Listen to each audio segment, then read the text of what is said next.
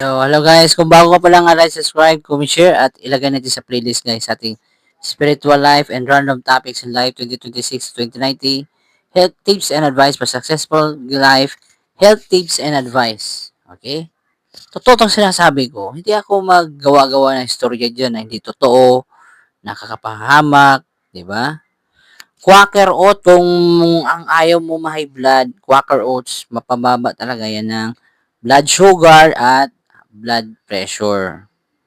Maniwala ka, instead of kape. Ano bang dahilan nagkakape ang tao? Kasi puyat, laging pagod.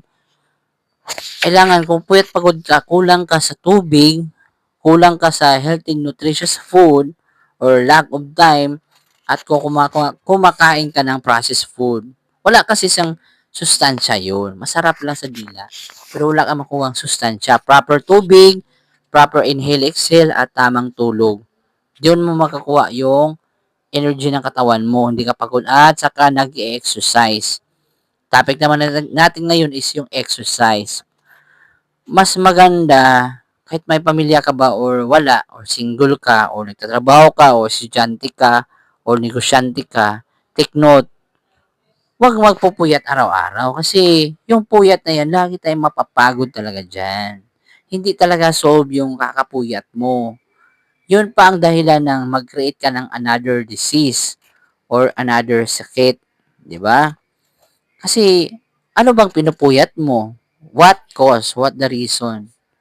Kung hindi naman nakakatulong 'yan sa iyo, nagpupuyat ako ang iba, ang sabi kasi sa iba, nagpupuyat ako kasi hindi ako makatulog. Baka stress ka. Kailangan mo magpahilot. O siguro na-stress ka, baka hindi ka nag-practice ng healthy lifestyle. Sobrang rice, puyat, at kulang sa kain ng healthy foods. Kasi ang kinakain natin ngayon, lagyan natin yan ng laway para may enzyme, ang enzyme yun ang mag-absorb, mag-digest properly sa pagkain mo. O yun. Pag hindi yung matama yung enzymes, yun ang cause ng allergy. Yun, ako din, may ano din ako sa allergy sa chicken. Yun talaga na bawas-bawas sa sobrang mantika, maalat, basta tama lang, normal, balanse lang. Hmm. Bawal magkasakit. O, yun. Kailangan natin magpa-check up sa doktor. Hindi yung takot ka sa doktor, yung takot sa doktor, magpa-check up. Yun ang maraming sakit. Saka lalong pasaway. At saka yung purpose ng exercise, para maganda yung mood mo. Galaw-galaw din para maka blood circulation din. Sabayan mo na. Bago ka mag-exercise, dapat madaling araw, pagkagising mo, water therapy ka para hindi ka mapagod mag-exercise. At saka mag-inhale, exhale ka rin. Yung proper deep breathing. Ganun laging gagawin mo. May rhythm siya. Para pag-exercise mo, may tubig ka, nakaligo ka, nagdasal ka, then nag-inhale, exhale ka, then stretching ka muna. Saka exercise, sit up, boxing, stretching muna sa leeg, sa paa, kamay, saka push up, set up, saka pull up. Yun, ang dahilan nun, purpose ng exercise para maging malakas ang katawan mo at saka maganda yung daloy ng dugo. Kasi ang dugo, kumukuha yan ng hangin sa baga mo at kailangan din siya ng tubig, yung dugo mo, yun ang kailangan na may water therapy. Kung hindi ka nag-inom ng tubig pagkagising sa umaga, you are inviting lot of disease, sakit, lalo na constipation. Constipation, yung matagal hindi mahilig sa gulay, yun the constipation is the mother of all disease, di ba? Bakit constipated? Kasi kulang sa tubig, laging nakaupo, laging puyat, laging nagsa-cellphone, laging nakaupo. At yun ang cause ng sakit mo. Yun. At nagkakape. Sobrang mga sugary foods. Yun ang share tayo dito sa FB para hindi kayo magkasakit guys. Di ba? Pero kung nagkasakit ka, anything too much, it's not good. Maalat. Kung may tuyo ka, isang peraso lang. Konting rice lang. Ayun. At saka may sapat at tamang dami ng tubig. At kung may maintenance ka sa doktor, inumin mo yung maintenance. Pwede mo mababawasan yung maintenance basta bawas ka sa lifestyle mo. kanin, sobrang maalat, at sobrang matatamis at saka mamantika. Pwede mo mababawasan or maalis mo yung maintenance. At magpa-check up ka sa doktor. At kumain ka ng healthy foods. Yun naman ang dahilan na may maintenance ka at high blood ka dahil sa kinakain mo na hindi mo matigil-tigil, hindi mo ma-stop or ma-prevent or mabawasan. Yun din, pag hindi natin nabago yung lifestyle natin, yung gamot, yung maintenance, hindi rin siya mawawala. O, kasi maintain yung sa ginagawa mo na hindi lumalala o di mag-worse yung high blood mo. Yun, kasi mataas sa cholesterol. Maraming kinakain. Short. Maraming kinakain na maalat, matatamis, mamantika, madaming rice, at maraming karne at laging puyat. So, hindi ka nakatulog kasi yun ang cause. Then plus, mahilig pa tayo sa chichirya, mga sweets. Yun, matatamis. Delikado talaga yan, guys. Yun ang cause din ng hindi lahat ng matamis ay nasa matamis. Kanin lang. Ayun, tinapay. Hindi grabe. Huwag naman yung tinapay na may palaman. Yung simple lang. Huwag di maligo na may sugat. Yun, problema ko yan.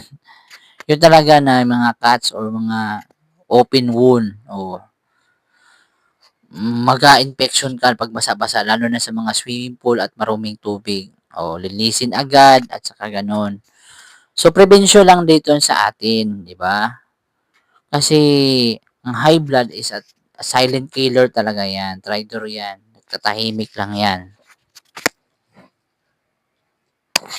Yun ang mga pizza na yan, mga processed food, nakakamatay talaga yun. Pag sobra processed food. Take note, ang sobra at maraming pagkakain, doon tayo namamatay. Pwede ka naman tumigim, isang piraso, konti lang, at least matikman lang. Huwag naman yung kakain sobra-sobra pa naman, parang matakaw. Diba? Kahit Yakult, healthy yan, pag sobra, masira ka talaga. Yun ang general rules. Pwede ka kain, pwede ka titikim, tikim lang. O pwede, wag din yung sobra o severe na wala na talagang rice. No rice diet. Kasi magka-crash down. Kailangan yung vitamins na yan, yung mga minerals na yan, kailangan din ng carbohydrates. Wag din sobra. Yung moderation lang. Parang 1 cup, parang sa Jollibee lang. Yun lang, tama lang yun. Basta mapasok lang. Hindi ka nabusog kasi hindi nagkakain ka, lamoy ng lamoy. Hindi mo lagyan laway. Laway ba yung enzyme? Para mag-breakdown, mag-digest, para ma-absorb sa kinakain mo. Yun. Ang problema kasi sa atin, wala tayong kaalaman. Yun ang the most major causes. Diba? Ayaw natin na magkasakit. Walang gustong magkasakit. Pero bakit dumarating ang sakit? Kasi hindi natin alam. Yun ang tinatawag na health education. Tinuruan natin ng tamang pamaraan sa kalusugan. Kasi kailangan mo, nalaga natin yung katawan natin. Hindi yung high blood, may high blood ka nga, pinababayaan mo lang, mag-worse yun. Kailangan mo i-correct yung ginagawa mo, kiniinom mo at kinakain mo para makorek yung matama yung health condition mo. Kasi sobra-sobra kasi doon tayo masira sa sobra. Pero yung shabu na yan, ang alak, sigarilyo, pag sobra yan, mamamatay ka talaga. Alak, droga, sigarilyo, or cigarettes, di ba? Siga, rilyo. Hindi talaga siya maganda. Kahit wala kang bisyo, di ba? Kain lang. Yun talaga ako, masasabi ko na take care your own health. Lagaan mo yung kalusugan mo. Wag sobra-sobrang puyat, sobrang upo, di ba? At kailangan din na sobrang, hindi na kailangan din sobrang exercise. Tama-tama lang. Mga 30 to 1 hour a day. Yun nga, kailangan gumising ng maaga, wag magpupuyat, matulog ng maaga, maagang gumising, para may time tayo magtrabaho sa ibang bagay na trabaho natin sa bahay. At take note, yung pagod yung katawan mo sa katrabaho at saka sa kakahilot or any work or job, kailangan hindi maghugas ng kamay kasi tawag ito yung pasma ang katawan mo. Manginginig-nginig na yan, ganun oh. Kasi kulang yan ng mga nutrients sa nerve. Ako ganun din ako yung yung pansin canton, yung pwede lang nga kainin ko na hindi sobra, yung sardinas, pwede lang yan, safety lang yan. May ano yan, calcium. Yan. Mataas sa calcium yan. Yun talaga na masasabi ko, wag din sobra, wag din marami at araw-arawin. Yung iba-iba namang pagkain araw-araw. 'Di ba? Para hindi tayo madisgrasya. Tapos, kailangan natin din na limitahan mo yung kape mo. Quaker Oats. Yun, kuha tayo ng Quaker Oats dito. Para may masabi tayo, hindi tayo hanggang salita lang.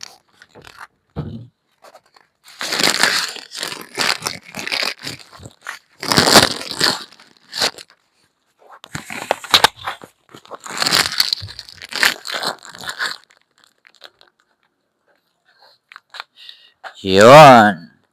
Wag din na yung Milo everyday. Wag tong Milo mataas sa sugar to. At saka yung kape, wag hindi talaga magic ang kape. Tubig at saka inhale, exhale at exercise ang tamang recovery. Hindi kape ang recovery. Ang kape, take note, ito Quaker Oat ang i-take mo. Ang kape, take note, isang cup or 2 cups a day lang, dapat magkakape ka. May laman ang tiyan. Yun ang best, klaro na explanation. Kasi ang kape, nag-promote yan ng digestion, pagtunaw sa pagkain sa bituka mo. Ang problema dito kasi, pagkagising sa umaga, nagkape ka agad kasi gusto natin ng cheat code. Yung kape na yan, mag-malfunction yan sa blood sugar mo at saka blood pressure mo. Lalo pang kinakain natin yung mga masabre. Ang cholesterol kasi, nabubuo yan sa sobrang kanin, carbohydrates, yon. Sobrang tinapay, sobrang alat, sobrang matamis, at sobrang karne. At sobrang kulang sa tubig. At sobrang walang tawag ito, exercise. Yun. Kasi lagi lang tayo nakaupo. Kasi sabi niyo, busy ka nga pero lagi nakaupo. O wala pa naman mag-exercise. Tagal matulog. Yun talaga na ako, kailangan talaga natin ang kaalaman. O yun. Kasi pag wala tayong kaalaman, madidestroy lang tayo, masisira lang talaga tayo. Maniwala ka sa akin. Kasi sa atin ngayong panahon na ito, madali lang magkasakit. Ang sobrang mahal magkasakit, 60,000 a day ang ICU. Pinakamura pa yun ha, public hospital. Maganda yun sa Chinese General Hospital. Malayo lang pero maganda yung serbisyo. Ako masasabi ko dyan, hindi naman ako mayaman, hindi naman ako rich kid. Ako, nadaanan ko yung maging mahirap at walang-wala at nagkakasakit. Ako, tignan mo naman ako ngayon, recover naman ako, hallelujah. Siguro kasi noong mga past times natin, yung mga ginagawa natin, hindi na kasi natin alam. Yun pala ang dahilan nagkakasakit ka. Tayo lahat.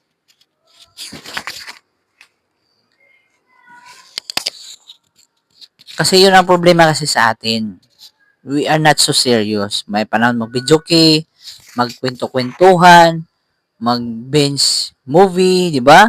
Sobrang nood. Disiplina din. Kasi sa kakapuyat natin, hindi talaga masasolve yung problema natin. Maniwala ka. Yung dalawang problema na yan, alak, kape, at puyat. Hindi talaga masasolve yung problema sa kalusugan, lalo na sa high blood at diabetes. Kasi sobra tayong kain kasi ewan ko bakit. Kasi kakain ako ng maraming rice kasi nagtrabaho ako eh. Hindi talaga yan guys, maniwala ka sa akin. Ako mas maniwala ako na may ginagawa, wala 1 cup or 2 cup lang na rice ang pinakamarami. Hindi yan dahilan sa marami kang trabaho. 'Di ba? O lagi ka lang pagod. Kukunin mo lang sa kape. Kung puyat ka, pagod ka, baka kulang ka sa sustansya or puyat. Respeto mo yung katawan natin kasi hindi natin yan gagalangin. Hindi ka galing gagalangin sa pakiramdam mo. Kasi many people are abusing their own health. At dito, nagsasabi lang ako para ma-prevent nyo yan. Kasi napakahirap. Hindi talaga madali yan, guys. Nagkasakit tayo kasi mali-mali ang ginagawa natin. Yun ang pinaka-real cause. Hindi man tayo doktor pero gumagaling naman ako, di ba? Hindi naman ako na high blood, hindi naman ako na diabetes, hindi naman ako na heart attack, na stroke or dialysis, wala. Safety talaga. At saka may self-discipline tayo na wala naman tayong HIV or AIDS. Di ba? Ubo-ubo lang ang problema ko at saka allergy. So, like, subscribe, comment, share, love you, peace, love you all. Maraming salamat sa papanood po, guys. Thank you po.